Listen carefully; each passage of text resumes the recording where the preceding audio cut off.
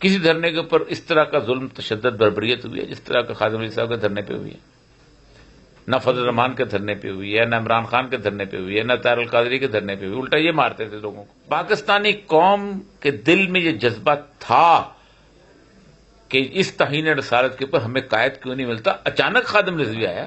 خادم رضوی صاحب نے اپنی ذات کا نعرہ نہیں لگنے دیا. میرا خیال ہے اگر حکومت نے سمجھا کہ ہم یہ ایکشن نہیں لیں گے کیونکہ اب تو چلے گئے ہیں، تو یہ ٹرننگ پوائنٹ ہوگا اور یہ حافظ سعد کو لیڈر بنائے گا. ہر چوک کے پر رسول اللہ کے خاکے لگے ہوئے، آپ کو شرم سے مر جانا چاہیے. آپ شام کو گھر سے واپس کیسے آتے ہیں؟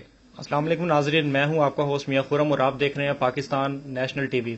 ناظرین، جیسا کہ آپ جانتے ہیں کہ گزشتہ دنوں میں مولانا خادم رضوی صاحب جو انتقال کر گئے تھے، سچے عاشق رسول تھے. اس بات کا اندازہ اس سے لگایا جا سکتا ہے کہ ان کے جنازے میں لاکھوں کی تعداد میں لوگ شریک تھے اور ہر مکتبہ فکر سے لوگ اس میں شامل تھے.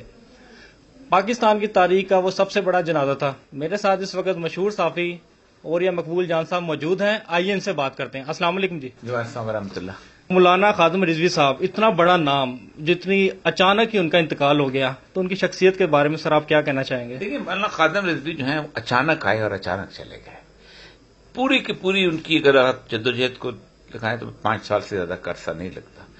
خادم رضوی صاحب اس سے پہلے ظاہر بات ہے کہ ایک عام سے مدرس تھے، پیر مکی میں پڑھاتے تھے. اس سے پہلے بھی ایک جگہ پڑھاتے تھے اور اس کے بعد وہ عام چھوٹے سے جیسے مختلف لوگوں پہ تقریریں کیا کرتے تھے. لیکن ان کی تقریر میں ایک وضاحت تھی ان چیزوں کے بارے میں شروع ہوئی سے. لیکن ممتاز قادری کی سزا سے پہلے انہوں نے ایک موومنٹ چلائی تھی ان کو رہائی کی، اور وہ موومنٹ بڑی دبی دبی گھٹی گھٹی سی تھی. اگرچہ کہ تمام لوگ چلا رہے تھے، سنی تحریک چلا رہی تھی اور لیکن خادم رضوی صاحب جو تھے اس سے لیڈ کرتے گئے. پھر ممتاز قادری کی پھانسی کے بعد یعنی آپ اندازہ کریں کہ خادم رضوی صاحب اس میں میدان میں آئے اور انہوں نے جس طرح اس کو مینج کیا ہے، اس کے جنازے کو، اس نے بتا دیا تھا کہ ان کے اندر کس قسم کی قائدانہ صلاحیت ہے اور لوگ کیسے ان کی بات مانتے ہیں. اور پھر اس کے بعد پھر اس تحریک کو لے کے چلے. پھر انہوں نے اس کو تحریک لبیک، اور خاص طور پہ جو لبیک یا رسول اللہ کا جو نعرہ دیا ہے، اس نعرے نے تو جیسے کہتے ہیں لوگوں کو جیسے گلو کر لیا تھا. اور پھر بلا کے مقرر تھے. میں نے بریلویوں میں بہت کم لوگ اتنے علم و فضل والے دیکھے.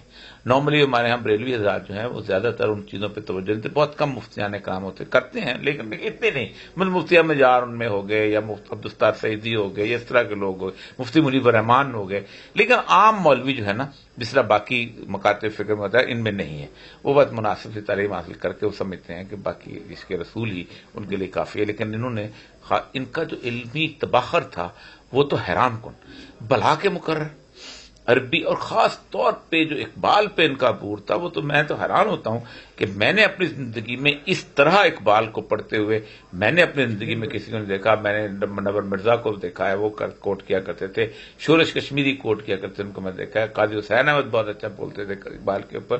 لیکن نہیں، جو کمال خادم حسین رضوی کو اقبال پہ تھا، اور جو خادم حسین رضوی جس طرح اقبال کو بیان کر جاتے تھے، کوئی اور نہیں کرتا تھا.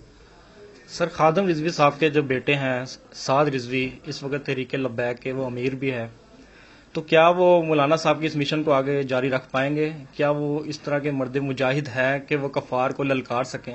دیکھیں، خادم رضوی صاحب نے ایک فالوئنگ پیدا کی ہے، اور وہ فالوئنگ نے 2 چیزوں سے پیدا کی. ایک تو انہوں نے اقبال کے اس شعر کے لیے تفسیر کی ہے کہ نکل کر خانقاہوں سے ادا کر رسم شبیری کہ فقر خانقاہی ہے فقط اندوہ دلگیری. انہوں نے خانقاہوں سے لوگ اٹھائے، انہوں نے پیروں سے لوگ اٹھائے. اور کل سعد رضوی نے ایک بڑی مزدار بات کی، اور ہم بھی جانتے تھے اور وہ بات کرنی بھی چاہیے تھی. انہوں نے کہا کہ پوری تحریک کے دوران خادم رضوی صاحب نے اپنی ذات کا نعرہ نہیں لگنے دیا. انہوں نے کہا نعرہ صرف رسول اللہ صلی اللہ علیہ وسلم کا لگے گا، نہ کسی پیر کا لگے گا، نہ کسی اور کا لگے گا، صرف لبیک کا نعرہ. یہ نعرہ اگر لگتا رہا اور سعد رضوی کا نعرہ نہ لگا تو پھر اس تحریک کو کوئی روک نہیں سکتا. اچھا سر، خادم رضوی صاحب کے جانے سے مسلم امہ کا کتنا نقصان ہوا ہے، عالم اسلام کا کتنا نقصان ہو گیا ہے؟ خادم رضوی صاحب جیسے شخص جو ہے صدیوں میں پیدا ہوتے ہیں، تو کیا کوئی ایسا مرد مجاہد آگے آئے گا جو اس طرح کے؟ اللہ تعالیٰ کی ایک سنت ہے، جب لوگ ڈیمانڈ کرتے ہیں نا، لوگ سمجھتے ہیں کہ کوئی ان کو قیادت ملے تب اللہ قیادت دیتا ہے، ورنہ نہیں دیتا. لوگ کہتے ہیں کہ لیڈر آگے لے کے جاتا، نہ، اللہ کی سنت یہ نہیں. اللہ کہتا ہے ان اللہ لا یغیر ما بقوم حتی یغیروا ما بانفسہم. میں نہیں بدلتا ہوں حالت جب تک تم نہیں بدلنا چاہتے. 5 سال اور ایرانی قوم نہ کھڑی ہوتی، خمینی کی قبر کا بھی کسی کو پتہ نہیں ہونا تھا، وہاں مر جاتا، اپنے آرام سے عراق میں دفن ہو جاتا. پاکستانی قوم کے دل میں یہ جذبہ تھا کہ اس توہین رسالت کے اوپر ہمیں قائد کیوں نہیں ملتا. اچانک خادم رضوی آیا، کوئی ٹریننگ نہیں ہے، کوئی بات نہیں ہے، کوئی ایسی چیز نہیں. 4 سال کے اللہ نے 5 سال کے لیے اللہ نے تحفے میں دے دیا. اگر ایران پاکستانی قوم کے اندر یہ جذبہ سلامت رہا تو اللہ خود خلاف کیا کرتا ہے. سر، خادم رضوی صاحب کے جنازے میں لاکھوں کی تعداد میں لوگوں نے شرکت کی. کیا یہ لوگ اس وقت نہیں جاگ جاتے جب خادم رضوی صاحب فیض آباد میں دھرنا دے رہے تھے، تحفظ ناموس رسالت کے لیے کام کر رہے تھے؟ یہ تو ہمارا سب کا ایک ہی ایجنڈا ہونا چاہیے. تمام مکاتب فکر کو اپنا جو بوریا بستر چھوڑ کے، اپنا کام چھوڑ کے اسی پہ یکجا ہو جانا چاہیے. دیکھیں، پاکستان میں گزشتہ کوئی 6-7 سال سے بہت دھرنے ہوئے ہیں. کسی دھرنے کے اوپر اس طرح کا ظلم، تشدد، بربریت ہوئی ہے جس طرح کا خادم رضوی صاحب کے دھرنے پہ ہوئی ہے. نہ فضل الرحمان کے دھرنے پہ ہوئی ہے، نہ عمران خان کے دھرنے پہ ہوئی ہے، نہ طاہر القادری کے دھرنے پہ ہوئی. الٹا یہ مارتے تھے لوگوں کو. لیکن سب سے زیادہ ظلم ان کے اوپر ہوا ہے، سب سے زیادہ بربریت ان کی. مسجدوں کے ان کے جا کے جگہ جگہ سے مولوی اٹھائے گئے ہیں، ان کو کہاں سے اٹھایا گیا ہے، اسپیکر ان کو بند کیے گئے، پتہ نہیں کیا کچھ. اس کے باوجود بڑی ہمت ہے. اور میں آپ کو بتاؤں، باقی مکاتب فکر بھی ان کو اندازہ نہیں تھا پاپولیرٹی. ہم کہتے تھے، میں نے کئی دفعہ کہا ہے، میں نے کہا میں ان کے جلسوں میں جاتا ہوں، میں وہاں تقریریں بھی کرتا ہوں، میں مینار پاکستان والے جلسے میں بھی تھا. میں نے اپنی زندگی میں اتنا چارج کراؤڈ کسی کے جلسے میں نہیں دیکھا. بے نظیر ہو، خواہ بھٹو ہو، خواہ اپنا عمران خان ہو، اس طرح وارفتگی والا کراؤڈ میں نے نہیں دیکھا جو یہاں پر تھا، کہ پاگلوں کی طرح جو ہے ایک نعرے کے پیچھے رہتے تھے. کہیں نہیں دیکھا.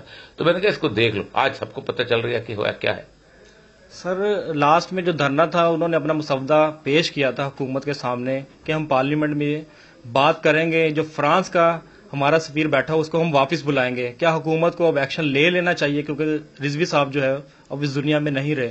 میرا خیال ہے اگر حکومت نے سمجھا کہ ہم یہ ایکشن نہیں لیں گے کیونکہ اب تو چلے گئے ہیں، تو یہ ٹرننگ پوائنٹ ہوگا اور یہ حافظ سعد کو لیڈر بنائے گا.